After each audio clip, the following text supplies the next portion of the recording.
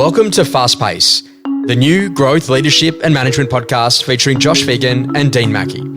We wanted to peel back the layers on what happens in the world of fast-paced real estate agencies, from new leadership models to the management challenges we all face each day. This is about a new era in the estate agency sector. Rapid changes to business models, service lines, remuneration and growth present the greatest opportunities that we've ever seen. Sit back, get inspired, grow your skills and reimagine what's possible with Fast Pace. Every Friday, wherever you get your podcasts, on Spotify, Apple Podcasts and Josh Phegan Digital. Dean, one of the great questions of all time, how do you simplify your business and just get back to core? And this is a really interesting thing. You know, I had an agent the other day say to me, hey, I want to be really big in AI and I want to be really big on socials, because I want to try to get some better performance over the course of the next 14 days. What do you think? I said to him, I don't really think that's going to turn the dial the most just as we come into the Christmas period. Let's ring every past client, every market appraiser, we'll have a conversation with them and do that. Simplification of business, what do you think? What does it actually mean? How do you strip it away? Do you ever walk into businesses, and I know that you've looked at plenty that you've either bought or that you've merged or acquired or considered, and just go, wow, they complicate that thing, or geez, they do that really simply and we should replicate that behavior. What are your thoughts? Oh, for sure. You're learning every single day, Josh. I think if we're talking about core, there's a number of ways to look at this, right? Mm-hmm. I mean, essentially most people just think of our business as a sales and IM business. In residential. Residential, yeah. Most people just sort of see it that way. Mm-hmm. And I think, though, that I sort of look at it, that's one way to see it, and definitely that's an area to focus on. But you can also look at core as saying, I believe if we can get everybody into their highest and best self, i.e. their best swim lanes, then they're going to do their best work, yeah? And then it's like, okay, well, if you're an agent trying to run a business and also be out listing and selling and worrying about opening the front door in the mornings, and if the reception's going to turn up and the air conditioning, if it has a problem, and the tenant that, whatever, and the list goes on, right? We all know the story. But if you haven't got focused on what are your core strengths and what is your core swim lane, and then make sure that you got all the other you got other people and other structures in place to support you with people who are very good at what they do, then I don't think you're ever going to really be able to focus on how you can become your best self, but also how you can focus on the core of doing your business as best as you possibly can. So I sort of look at it and go, how do we identify what are the core functions, and get clear about those. So what are the core functions that you need to have? The ones that have a direct impact upon the business objectives. They're really your core functions, and they also include the ones that create value for your customers. So they're the ones, right? And then so if you sort of go and then have a look at what are your non-core. I mean, even though we've got them in our business at the moment, people doing payroll and IT and marketing and all sorts of software stuff. Development, all this stuff, right? And is it core? Well, I guess increasingly it is becoming core. Some of those functions, but at the same time, we don't want to offend anyone. But what I'm trying to say to you is that there are things that directly impact upon the service delivery and experience for the customer, and there are things that don't. And it's often our industry, I think, has got itself quite complicated because we're doing a lot of this stuff around non-core functions in the back end of our business, either ourselves or with other people, that don't add a lot of value to the experience at the very end, right? And so if you look at that, I mean, I think that's why we've seen the advent of outsourcing and people going, okay, well, look, that's a non-core. If I can get a labour arbitrage, I'll move it off to the Philippines, or I'll do this or that.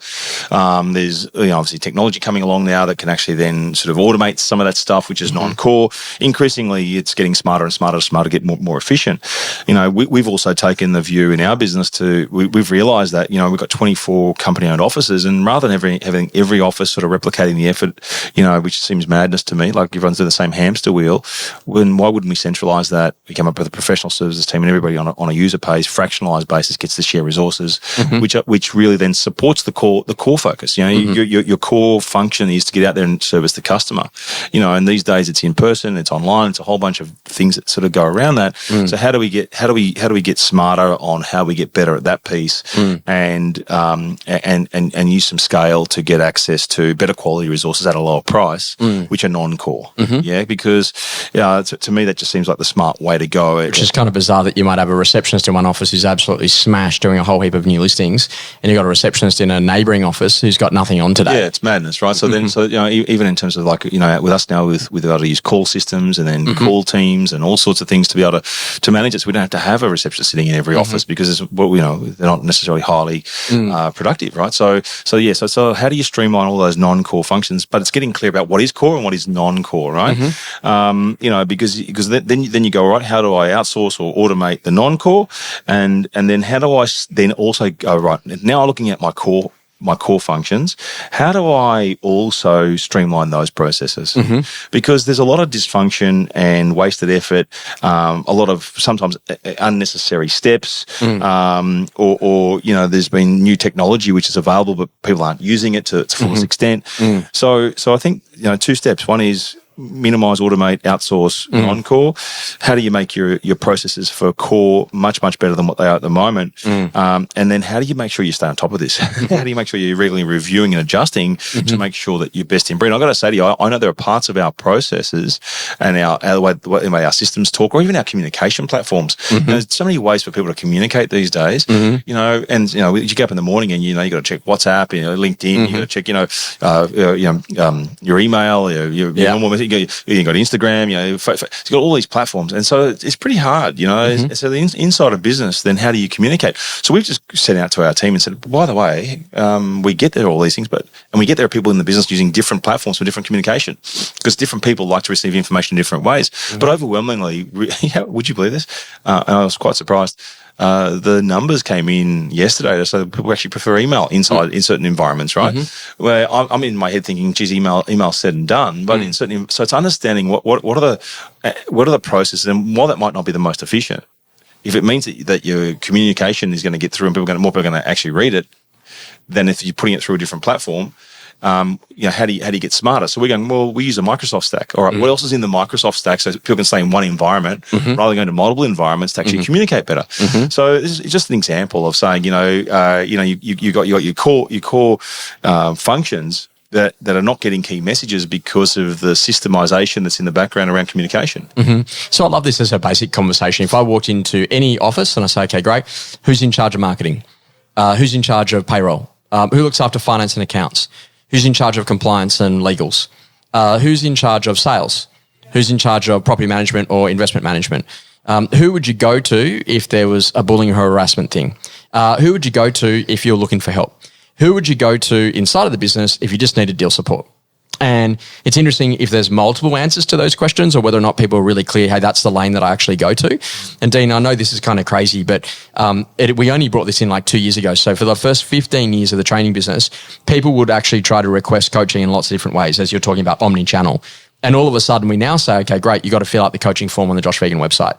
So no matter whether or not you come on Insta or whether or not you're on Facebook or whatever, you have to fill in that form. Do you know what that's done? All leads now sit in the one location.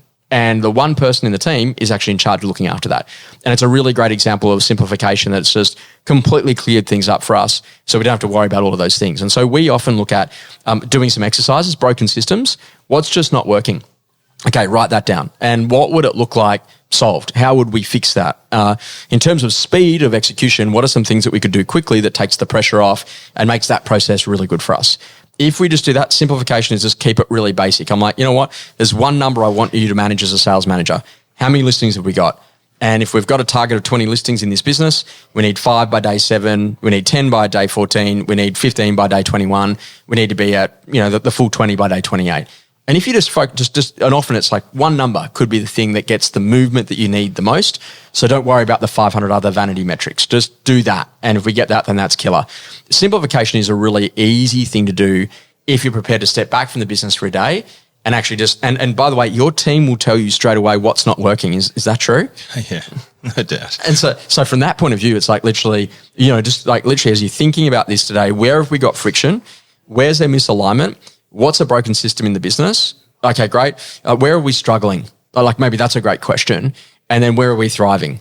And so you can kind of see that, and you can kind of see both sides of the equation. And say yes or no based upon if it's going to add value to either your internal team that are delivering an experience to the customer or to the customer directly, right? Because, again, you can get caught up on all this stuff that's non-core, that's not adding a lot of value, and it can take up a lot of time and effort, right? Sometimes those non-core elements are there to support core, and there's no doubt about it. And if we think about with compliance. That's cool. 100%, right? So you can't outsource that or automate that. It's really quite crucial. But so that's really important in supporting the team. I mean, it's a perfect example where I can tell you now there's a number of businesses that I just don't think they have the people supporting the compliance, and the agents are making up on the run, and that's a big problem, right? So it doesn't matter what it is. I think that you if you're really clear about what it is that turns the dial, and then you invest in and support in stuff that makes that easier or streamlines it or automates it or whatever, and then it gets your people more effective and more productive, then you're on the right track.